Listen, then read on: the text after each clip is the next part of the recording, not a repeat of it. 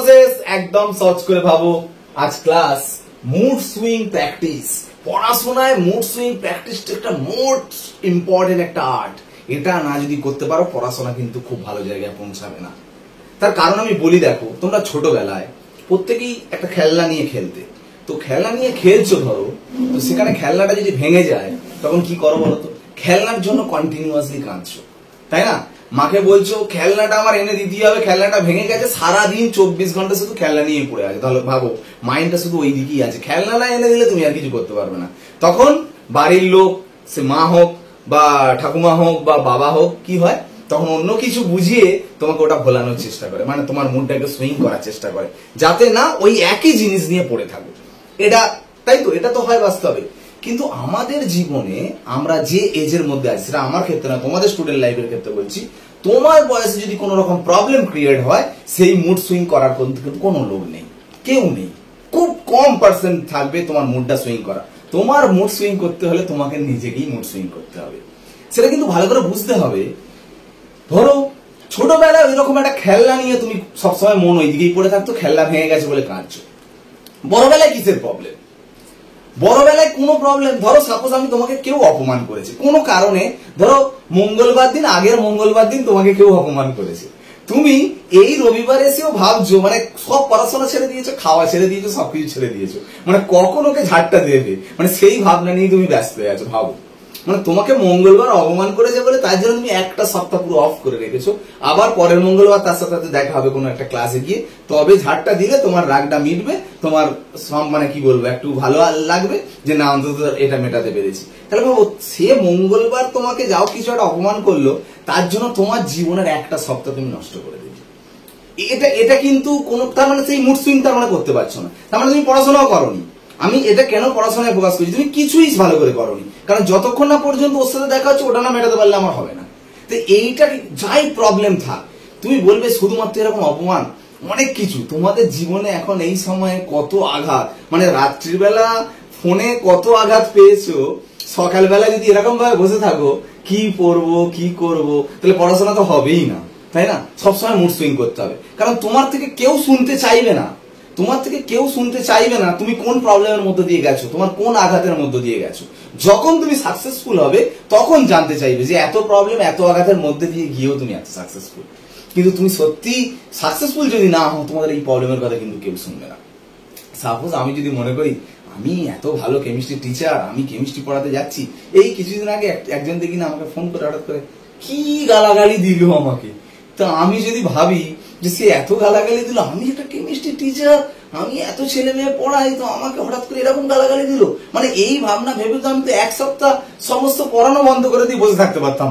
তো আমি সেদিন প্রত্যেকদিন আমার 4 থেকে 5টা করে ব্যাচ পড়ানো থাকে, তাহলে তো আমি সকালবেলা উঠে তাহলে ব্যাচ পড়াতেই যাবো না, তাহলে দেখা যাবে যে আমি ছেলে মেয়েদের সাথে কোনো কথাই বলবো না, সেখানে দেখা যাবে কোনো কারোর সাথে হাসাহাসিই করবো না। উল্টে দেখা গেল কি আমি সেদিন বেশি বেশি ছেলে মেয়েদের সাথে কথা বলেছি, বেশি ভালো করে পড়িয়েছি, বেশি আমার পারফরমেন্স ভালো হয়েছে। তাহলে একজন আমাকে গালাগালি দিল, আমি ভেবে পেলাম যা আমার জীবনে কি হলো, আমি এরকম একটা সম্মানীয় লোক আমাকে গালাগালি দিল, তা আমার কোনো মনেই হয়নি তার গালাগালির জন্য আমার জীবনের এক সপ্তাহ নষ্ট করবো কেন? সে ভুল কথা বলেছে বলে তার প্রবলেম। আমার ব্যক্তিগত মতামত, রাগ কাকে বলে? অপরের জন্য নিজেকে কষ্ট দেওয়ার নাম রাগ। কারণ তুমি রেগে যাচ্ছ মানে কি, তোমার মধ্যে যে অশান্তিটা সৃষ্টি হচ্ছে সে তো অশান্তিটা জ্বালিয়ে দিল, তুমি কেন হচ্ছে? তোমাকে এই মাইন্ড সুইং মানে মুডটাকে সুইং করা প্র্যাকটিস করতে হবে, যাই প্রবলেম থাক। আমি কি তা বলে কি ভাবছো ওই যে গালাগালিটা দিল তার প্রতিশোধ নেবো না? অবশ্যই নেবো, যে সময় নেওয়ার কথা সেই সময় নেবো, কিন্তু সেই সময়টা আসতে ধরো আমার দেরি, হয়তো দেখা গেলো 3 দিন সময় লাগবে, তাহলে কি আমি এক সপ্তাহ কোনো পড়াবো না, না বাজার করবো না, না মাকে নিয়ে ডাক্তারখানায় যাবো না, সব বন্ধ যতক্ষণ না ওটা হচ্ছে ততক্ষণ। দেখবে তোমাদের ক্ষেত্রে এটা হয়, কিছু একটা সে বন্ধু বান্ধবের দিক থেকে হোক বা যে কোনো কারণেই হোক না কেন, সেটা যতক্ষণ না সলিউশন হচ্ছে আমি এখন পড়তে বসতে পারছি না। যাই হোক না কেন মুডটা সুইং করতে হবে। এখন মুড সুইং কিন্তু তোমাকে কেউ শেখাবে না, ছোটবেলায় মুড সুইং কিন্তু খুব সহজে করা যেত, যতই কাজ মা এসে ভুলিয়ে দিয়ে অন্যদিকে তাকিয়ে দিল তুমি সঙ্গে সঙ্গে ভুলে গেলে, কিন্তু এখন তুমি আর ভুলতে পারছো না, বইয়ের পাতাতেও তাকালেও সেই আবার একই কথা মাথায় আসছে, বাবা ওটা কেন হলো না, ওটা কেন বললো না, ওটা কেন বললো, ওটা কেন এই করলো, এরকম করলে কিন্তু হবে না। তোমাকে মুড সুইং করতে হবে। মুড সুইং করার একটাই অপশন, প্রত্যেকদিন সকালবেলা উঠে পড়তে আমি বসবই, যাই প্রবলেম থাক। আমি এইরকম ভাববো না যে আমার ওই প্রবলেমটা সলভ হলে তারপর থেকে পড়াশোনা শুরু করবো, তোমার ওই প্রবলেম আর জীবনে সলভ হবে না, কারণ প্রবলেম ছাড়া মানুষ হয় না, ঠিক আছে?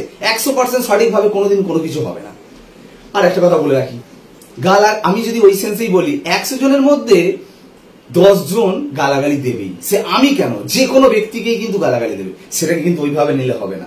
তোমাকে এটা ভাবতে হবে ওই 10 জনের গালাগালিটি তোমার উন্নতির পথ। কেন না, তোমাকে আবার পরের দিন চেষ্টা করতে হবে যেন আমাকে 200 জন পরের দিন ভালো বলে, 300 জন যেন ভালো বলে। 300 জন ভালো বলছে মানে আমার 30 জন গালাগালি দেবে, সেটা বড় কথা নয়, কিন্তু পার্সেন্টেজটা আমার, মানুষ ভালো বলার পার্সেন্টেজটা তো বাড়ছে, সেই দিকে আমার খেয়াল থাকবে। আমি কেন অপরের কথা নিয়ে কেন নিজেকে কষ্ট দেবো বা এরকম প্রবলেমস এর মধ্যে আসবো। যাই হোক, তো মুড সুইং একটা ভেরি ইম্পর্টেন্ট টপিক, যেটা হচ্ছে পড়াশোনায় প্রচুর কাজে লাগে। যাই প্রবলেম, যে কোনো ফ্যামিলিগত যেভাবে ইচ্ছা যা প্রবলেম থাকুক না কেন, তোমাকে মুড সুইং করতে হবে। মুড সুইং করে পড়াশোনাটা করতে হবে। প্রত্যেকদিন সকালে পড়তে বসবোই, কোনো এদিক ওদিক হয়ে যায়, প্রত্যেকদিন ঘুম থেকে উঠে আমি পড়াশোনা করবোই, আমার মন যতই খারাপ থাক। এই কথাটা মাথায় রাখো। ওই জন্য খুব গুরুত্বপূর্ণ বিষয় তোমার এই বয়সে, এই সময়ে মুড সুইং প্র্যাকটিসটা মারাত্মক ইম্পর্টেন্ট।